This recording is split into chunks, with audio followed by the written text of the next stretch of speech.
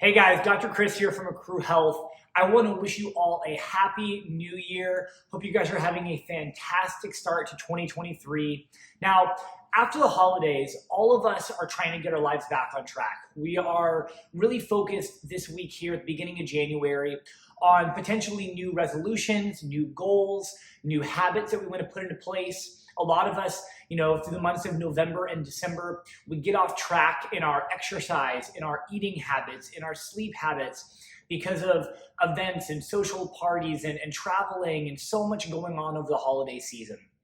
Now, one of the big things that's important if we are going to start to achieve goals or set goals properly for the new year is that our health is going to be the foundation of all of that. Whether your goals are to actually improve your health or your goals are to improve your exercise routine or so many other things that might be on your list, having your health and having good energy and good sleep quality and just so many foundational things around your health in general and how you feel every day is going to be a major determining factor of your success with whatever goals or resolutions you're trying to put into play here in the new year.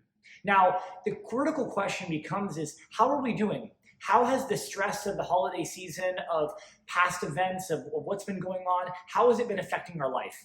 And the number one way here to Accrue Health, and the number one way we really know in science now to measure that, is through what's called heart rate variability testing, okay? And to keep it simple, what heart rate variability is, it's the measurement in the balance of your nervous system. We actually are looking at the spacing and timing in between your heartbeats and the variability of those beats.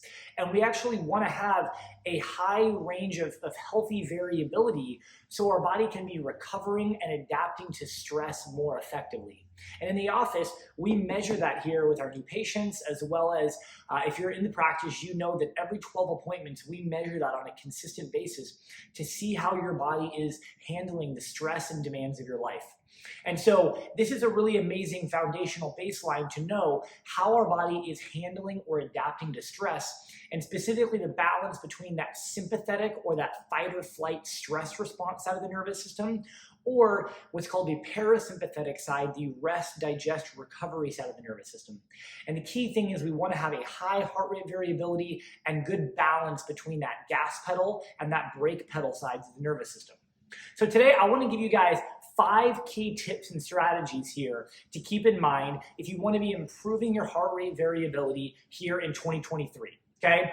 Number 1 is to get better sleep. Right? You have to invest in good quality rest. The number 1 time your body is repairing, is recovering, is healing is when you're sleeping.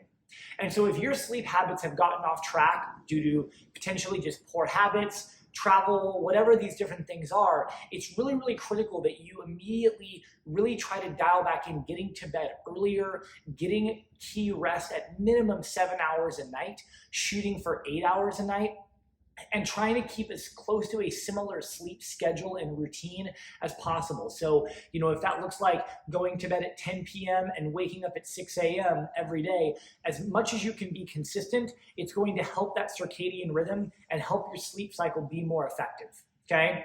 Number 2 is you can practice breathing techniques. Now, the number 1 way that you actually have the ability to influence your HRV every day on your own is through your breathing.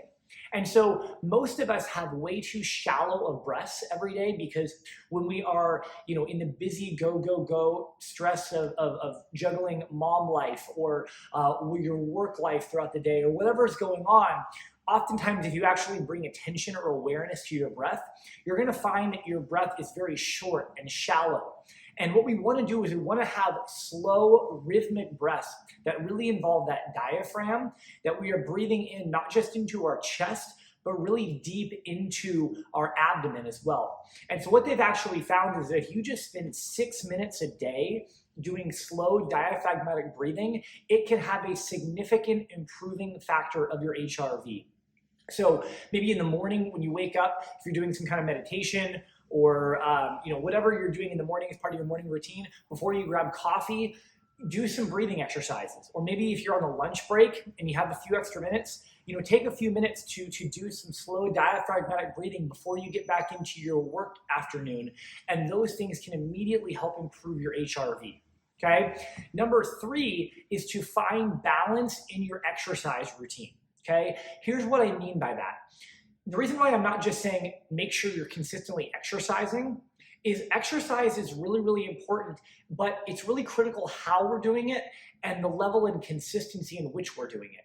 Because just like too little exercise is not good, right? We should be having at least 150 hours a week of some kind of moderate intensity exercise, and that could be brisk walking if that's where you are.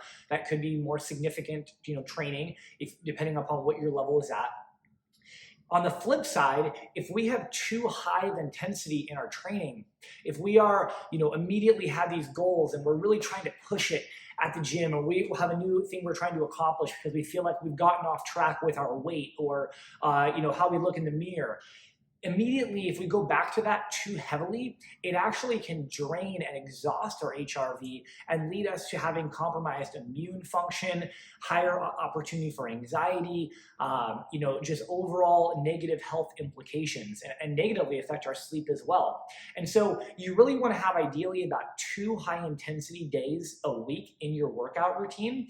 But if you're working out 5 or 6 days a week, you do not want to have all of those be at the highest level of intensity possible. You really want to find days where you can have a little bit more recovery workout days and certain days where you are pushing it harder, and find a good balance between cardiovascular-based exercise as well as your strength-based exercise or resistance-based training, okay? Now, the 4th tip is to stay hydrated. Okay, most of us, especially in the winter season when it's colder, is we find ourselves drinking way less water. We want to grab the coffee or the tea or the hot cocoa, and we end up, if you look back on the day, realizing that we consumed way, way, way too little water. And that really has a negative impact on our heart rate variability, our overall health, and just our body's daily functioning.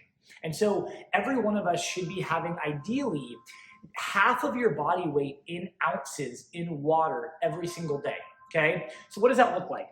For me here at the office, I like to have something that I can keep with me, okay? This is 20 ounces.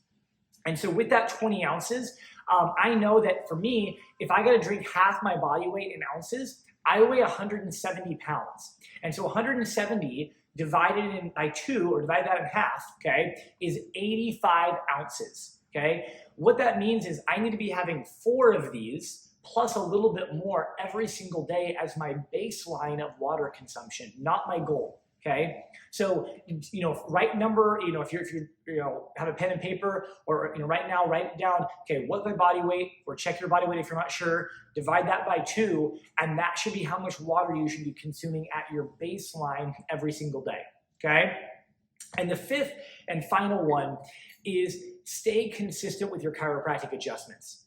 See, a lot of people think about chiropractic care in regards to pain relief. And while chiropractic can be amazing and incredible at helping naturally relieve pain in many different forms and fashions, what chiropractic is truly about is the optimal function of your nervous system. And the number one thing that your adjustments do is take stress off of your nervous system. Right? And so having not just adjustments when you're in pain, but having ideally weekly adjustments to help bring your body back into proper balance and alignment, not only structurally, but neurologically, and allow your body to be functioning and recovering and healing and moving at its best, will allow your body to be handling and adapting to stress so much better. And there's been countless studies that have shown how consistent chiropractic care improves heart rate variability. And that's why we measure that on a consistent basis here at Accrue Health. So as you embark on 2023, I know you have lots of goals, dreams, desire for you, for your family in the year ahead. But remember that your health, your energy, all those things, and ultimately how you feel every day is going to be a major determining factor in how you really tackle this year and how you achieve the goals that you have. And so really, if you have never had your HRV done, reach out to us. We would love to get you in for that initial appointment and do a full comprehensive exam. And we do a lot of different things, not just HRV, but that is one of those foundational things. And if this video was interesting, was helpful to you, share it, comment below, ask any additional questions. Thanks so much. Happy New Year. Again, I'm Dr. Chris from Accrue Health. We'll see you guys soon. Thanks.